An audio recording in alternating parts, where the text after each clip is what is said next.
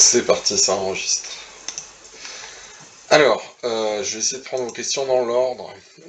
Alors, j'ai eu comme question, est-ce qu'il existe des formules pour associer les lettres à un chiffre? Oui, on va commencer par ça, effectivement. Alors, donc vous avez des lettres, effectivement, et il faut les transformer en chiffres. Alors, vous avez un truc qui existe dans le langage informatique qui s'appelle le code ASCII. Alors, ASCII, c'est A-S-C-I-I.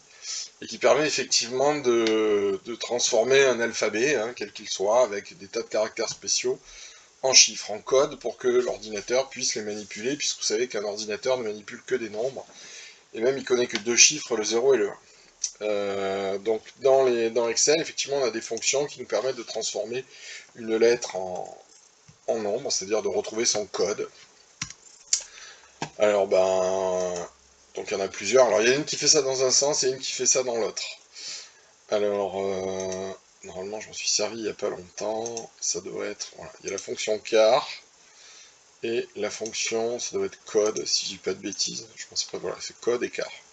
Je m'en sers pas tous les jours, alors voilà. Donc par exemple, si je tape égal code de la case au-dessus, je sais pas si c'est, peut-être un peu petit, je vais vous l'agrandir. Donc vous voyez que le D, son code, c'est 68. Alors on peut, si je décale, on met toujours un D, on peut mettre une autre lettre, R. Si je cherche son code, cette fois-ci c'est 82. D'accord?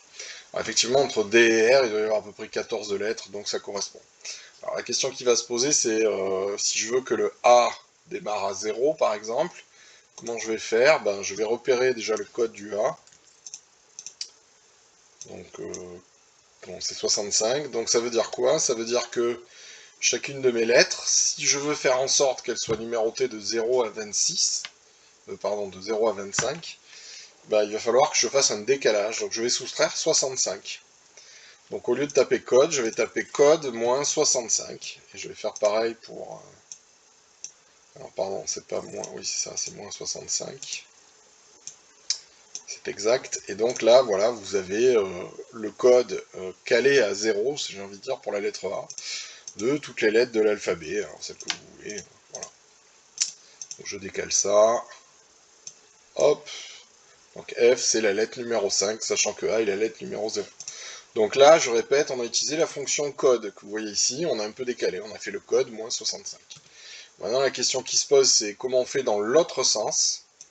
D'accord? Donc je vais prendre le nombre 3, 17, 05, je vais appliquer un cryptage sur ce nombre-là.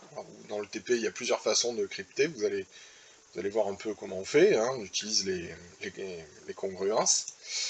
Donc je vais obtenir un autre nombre ici, alors je sais pas, je mets complètement au hasard, imaginons que 3, donc ça c'est ce qui est en clair, et ça ce qui est encodé. D'accord?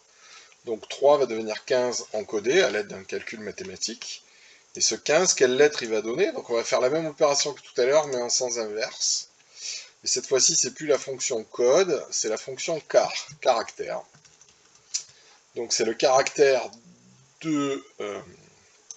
excusez-moi, j'ai tapé n'importe quoi, j'ai oublié la parenthèse. Caractère de la case qui est ici, mais vous vous souvenez, on avait fait un décalage de 65 en arrière, là il va falloir qu'on fasse un décalage de 65 en avant. D'accord? Et on va trouver la lettre P. Alors imaginons, bon là je mets les nombres totalement au hasard, 18, 4, 9. On ne sait pas comment on a crypté, enfin j'invente des trucs là.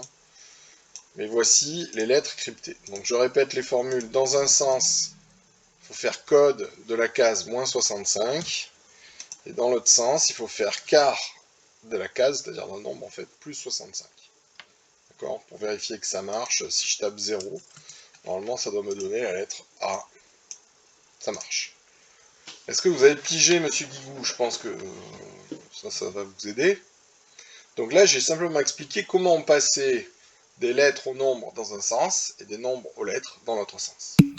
Mais j'ai pas expliqué comment on chiffre concrètement. C'est-à-dire comment on transforme ces nombres, par quel processus mathématique on transforme la ligne 3 en ligne 4. C'est là que le cryptage intervient. Ok? Donc je pense que c'était plus la question de Mathieu, ça. Concrètement, comment ça marche?